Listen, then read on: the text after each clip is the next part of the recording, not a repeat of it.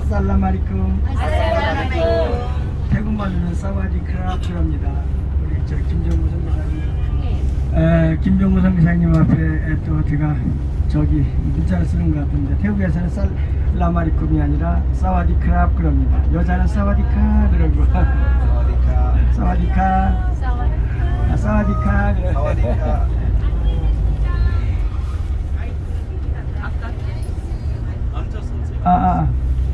네. 알겠습니다. 여러분 중에는 순복음 교회에서 오신 분 또는 순복음 교단에 계신 분이 있는지 모르겠습니다만은 저는 순복음 교회에 소속 선교사거든요. 순복음 선교사, 순복음 총회, 기독교 대한 하나님 성회. 여러분은 중에는 안 계신 분인 것 같아요. 근데 요즘에는 그전에는 성령 충만하면 순복음이었고 또 선교하면 순복음인 걸로만 알았는데 요즘에는 그렇지 않은 것 같아요. 순복음은 그래서 우리 교단에서 어떤 분들은 그렇게 말씀하셔요. 장로교 오히려 장로교가 더 순복음 같고 순복음이 장로교인 같다라고 하는 아주 좀 뭐라 그럴까 수치스러운 그런 말씀을 하시는 분도 있는데 사실은 좀 그래서 좀 부끄러워요. 그러나 저도 역시 성령 충만함을 받고 무엇인가 해야 되겠다라고 하는 생각에 선교를 해야 되겠다라고 생각하고 선교지를 선정하는데 어디로 가야 될지를 몰라서 많이 기도했습니다. 어떤 분들은 그렇게 얘기해요. 세계지도를 딱 반으로 접어서 또 덮고 딱 피니까 방콕이더래요. 그래서 방콕으로 갔다고 하는 사람이 있는데 저도 그래서 그렇게 해봤어요. 그랬더니 전 그게 아니더라고요. 그런데 제가 기도하는 가운데 그렇게 생각을 했습니다. 제가 신학교 다닐 때도 저는 학구열이라기보다는 좀 배우고 싶은 생각이 있어서 장감성을 두루 섭렵을 했습니다. 장로교 신학을 갔었고 또 감리교 신학을 갔었고 또 이렇게 성결교 우리 외숙의 성결교 장로님이신데 성결교단에서 추천서를 써가지고 안양에 있는 성결대학에 입학을 했었어요. 그런데 하다 보니까 하나님께서 인도하셨거나 부르셨으면 모든 걸 책임져야 할 것 같은데 아니더라고요. 그래서 여긴 아닌가벼 하고 자꾸 돌아서기를 30년 40년을 헤맸습니다. 게다가 마지막으로 순복음 신학을 하고 선교지에 왔는데 거기 들어가서 들어가니까 맨 처음에 그런 얘기를 해요.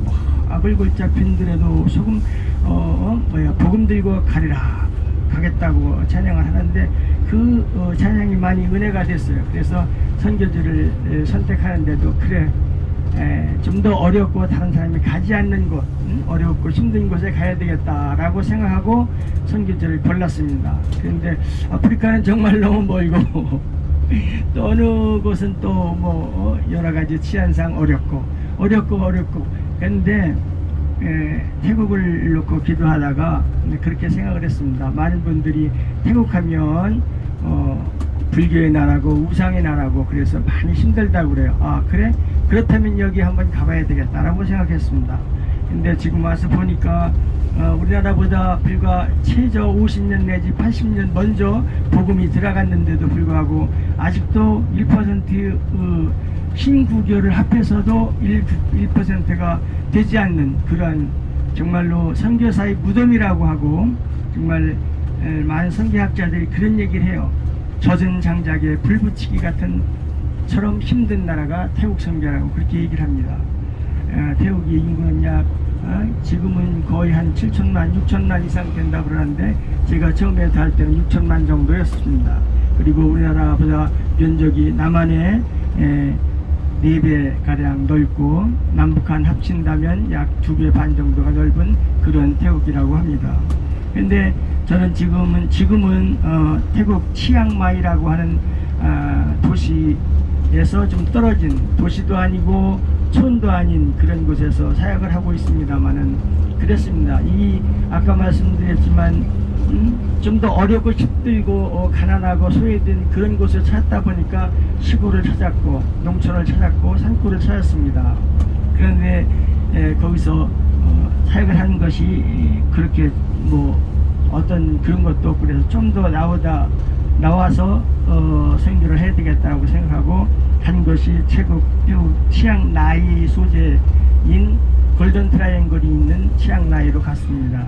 그래서 거기 갔는데 마침 어떤 분이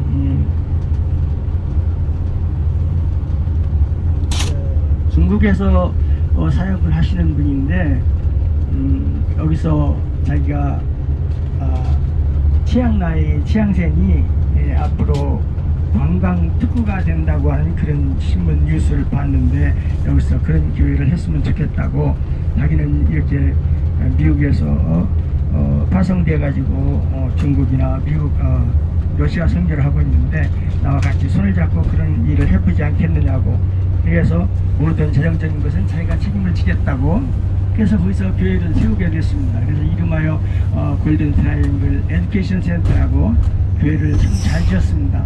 잘 짓고 사역하고 있는데 어느 날 어떤 한국 사람인 줄 알았어요. 저는 그런 분들이 찾아와가지고 우리 교회가 거기 치앙센 치앙 메콩강 옆에 있는 강이기 때문에 그리고 방주라고 한국말로 방주교회라고 이름을 붙였어요. 근데 그 한국말을 쓴 걸 보고 찾아왔어요. 그래서 자기들은 북한에서 내려온 사람들인데 좀 도와줄 수 없겠느냐고. 근데 보니까 남루한 사람 옷차림이었고 또 물에 빠진 모습이었고 어린아이들도 있고 80이 넘은 노인도 있었습니다. 그래서 그분들을 이제 도와줬죠. 식사도 대접하고 젖은 옷을 갈아입혀주고 또 상처난 부분 또는 그렇게 해서 치료도 해주고 그랬는데 그리고 방콕으로 갈 수 있도록 길을 안내를 해드렸습니다. 근데 어느 날 경찰서에서 그 사람들을 위해서 통역도 해달라고 그래가지고 와서 그분들이 이제 불법으로 넘어왔기 때문에 조사를 해야 됩니다. 어디서 왔으며 여권도 없이 아무런 신분증이 없으니까 그렇게 해서 여러 번 그렇게 해주는데 아무래도 불안한 생각이 들어가서 방콕에 있는 대사관에 전화를 했습니다. 이분들이 이런 사연이 있는데 어떻게 했으면 좋겠느냐고 그렇게 얘기를 하니까 방콕의 공사가 하는 얘기가 목사님 일부러 그런 사역을 위해서 거기까지 가신 분도 계신데 우연히 거기 계셔서 사역을 하시는데 기회가 되면 도와주시면 좋겠지요 라고 해서 힘을 얻어서 마음대로 마음껏 뭐라 그럴까 제한받지 않고 일을 했습니다. 그러다 어느 날 경찰관이 찾아왔어요. 내가 태국 사람들을 데리고 숙소에 안내하는 그 장면을 보고 찾아왔어요. 그래서 말하기를 이 사람들을 불법으로 그렇게 하는 것이 정당하지 않다고 그래가지고 저와 제 아내가 바로 경찰서에 들어갔다가 바로 이제 태국 법원까지 갔고 결국에는 감옥에 투옥됐었죠. 그래서 고생을 하는 동안에 그게 이제 ABC 방송에 나가고 방콕에 있는 BBC 방송에 나가고 방콕 방송에 나가고 그러니까 미국에서 먼저 알고 그 방송이 ABC 방송, BBS 이렇게 BBC인가 그런 방송에 나갔다 그래. 그럼 저는 그런 사실도 몰랐는데 그래서 이제 제 구명을 운동을 미국에 있는 그 아시아 태평양 무슨 인권협의회라는 그런 단체에서 그걸 해주셨고 그래가지고 제가 한 달 만에 풀려 나왔어요. 풀려 나와고 그 다음에 풀려 나왔는데 또 이제 내보내질 않는 거예요. 이제 가택연금이라고 해서 제한된 구역에서만 있고 나가지 말라고 완전히 판결될 때까지. 완전히 판결될 때까지 나오지 못하게 하니까 미국에서 있는 우리 교포분들이 한국 대사관 앞에 가서 1인 시위까지 해주셨다고 그래요. 얼마나 감사한지 몰라요. 그렇게 탈북자들을 위해서 하는 분들을 상당히 도와주는 그런 단체가 있더라고요. 그래서 이제 쫓겨나왔는데, 그래서 그 기간이 지나서 추방이 당해서 나와가지고 다시 얼마 있다가 한번 들어가 보려고 들어가는데 못 들어가게 하는 거예요. 당신은 앞으로 100년 동안 여기 나라를 들을 수 없다고. 이제 그런 내용이 있는데, 그런 와중에 미국에서 어떤 단체에서 초대를 받았어요. 그런 고생하신 분인데 우리 교회에 오셔서 한번 그런 저기도 해주시고, 그런 어떤 회의가 있는데 그런 회의에 참석 좀 해달라고 해서 갔어요. 근데 거기서 만난 분이 이름이 좀 희한한 분이 봤어요. 이름이 너무 좋더라고요. 그래서 그분 보고 물어보니까 이걸 개명하였다고 그렇게 얘기하시더라고요. 그래서 거기서 힌트를 얻어가지고 제가 개명을 했어요. 근데 개명을 하려고 보니까 이름이 마땅치라요. 어떤 분은 참 요셉이라는 분, 사무엘이라는 분 많이 있는데, 그건 너무 성경적이고 너무 좀 그런 것 같고, 그래서 생활하다 보니까 성경적인 이름에서 성경을 읽다 보니까 오바디아라고 하는 서가 한 장밖에 안 되는데, 그분이 이름이 와서 닿는 거예요. 마음에 와서. 내가 보니까 그분은 하나님의 사람이었다. 그리고 주의 종들을 잘 섬기고 또 대접했다. 그런 내용이 있더라고요. 그래서 이분처럼 그렇게 주의 종들을 잘 섬기고 이렇게 대접하는 그런 임무를 하는 것이 하나님의 종이 아닌가, 그렇게 생각해서 이름을 오바디아라고 생각하고, 마침 그 전에도 어떤 성전고가 있는지 몰라도 제가 카톡이나 이메일 아드레스를 오바다 153 153 하면 잘 아시죠? 기저귀 숫자, 베드로가 잡았던 물고기 숫자, 그래가지고 오바다 153으로 이메일을 썼던 기억도 있고, 그래서 오바다라고 이름을 하겠다. 그러니까 그럼 한문은 무슨 인자로 쓰겠느냐고 그래요. 그래서 왜 마땅한 게 없어서, 그럼 파자는 한문에 없더라고요. 그래서 파자로 쓰겠다. 그러니까 그 파자는 한문 성명에 쓸 수 없는 글자다 그래요. 그런 것도 있더라고요. 참 인생을 오라 살아봐야 되겠어요. 그냥 한문에 이름에 등록하는 그런 한자도 제한이 돼 있는 것 같더라고요. 그래서 그러면 그 요한이나 또는 무슨 이름 된 사람들은 어떻게 씁니까? 그러니까 그분들은 한자를 안 씁니다 그래요. 그래서 그러면 저도 한자를 안 쓰겠습니다. 그러니까 그렇게 하실래요? 그래서 이제 공식적으로 이름을 이제 오바다로 바꿨습니다. 근데 많은 분들이 그때만 해도 10년 이상 전이니까 개명한 사람들이 그렇게 많이 있지만 많이 하니까 흔한치 않으니까 이름이 좋다고 자꾸 그래요. 그래서 더군다나 성이 제가 나시 같으면 제가 요나 이렇게 했을 거예요.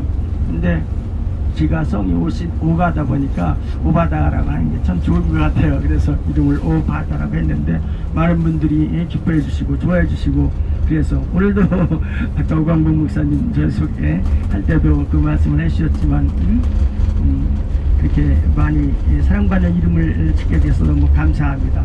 그래가지고 쭉 생활을 하던 중에 이제 다시 개명을 해서 들어갔잖아요. 들어가서 사역을 하는데